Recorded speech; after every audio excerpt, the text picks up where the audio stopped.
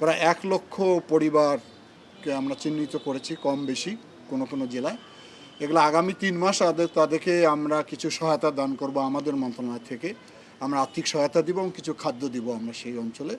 পরবর্তীতে কৃষি পুনর্বাসনের জন্য কৃষি মন্ত্রণালয়কে উনি নির্দেশনা দিয়েছেন।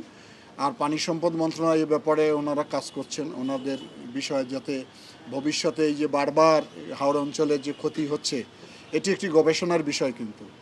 আমার মনে হয় যে আমাদের মন্ত্রণালয় থেকে আমরা যেটা করি যে দুর্যোগকালীন আমরা তাদেরকে সহায়তা দান করি, সেই কার্যক্রম আগামীকাল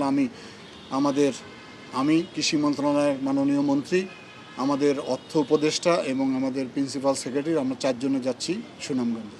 এটা মাঠ পর্যায়ে আমাদের যে কৃষি মন্ত্রণালয় ব্লক সুপারভাইজাররা রয়েছে, আরও মাঠের যে সরকারি কর্মচারী তারাই এটা তৈরি করতেছেন মাঠ পর্যায়ে গিয়ে।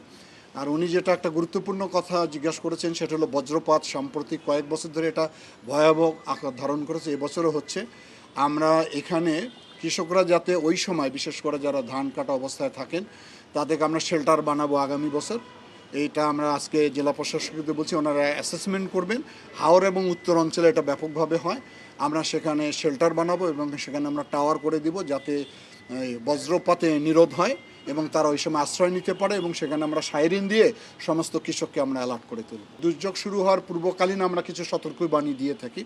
প্রস্তুতির মধ্যে আমরা বলি যে এই সমস্ত আশ্রয় কেন্দ্র যেগুলো আমরা নির্মাণ করেছি, অথচ যেগুলো স্কুল প্রতিষ্ঠান আছে সেখানে আশ্রয় নিতে বলি। দুর্যোগ চলাকালীন আমরা তাদের খাদ্য সামগ্রী দিয়ে তাদেরকে সহায়তা দান করি, আবার দুর্যোগের পরে তাদের পুনর্বাসনের কাজগুলো করি। 3টা স্তরে আমরা কাজ করে থাকি। সে প্রস্তুতি আমাদের আছে। এবার এটা যেহেতু আমাদের নোটিশে আসছে, আমরা জেলা প্রশাসককে বলবো যাতে এই কৃষককে এই অভাবের সময় কষ্টের সঙ্গে কেউ যেন জুলুম না করে কারো প্রতি।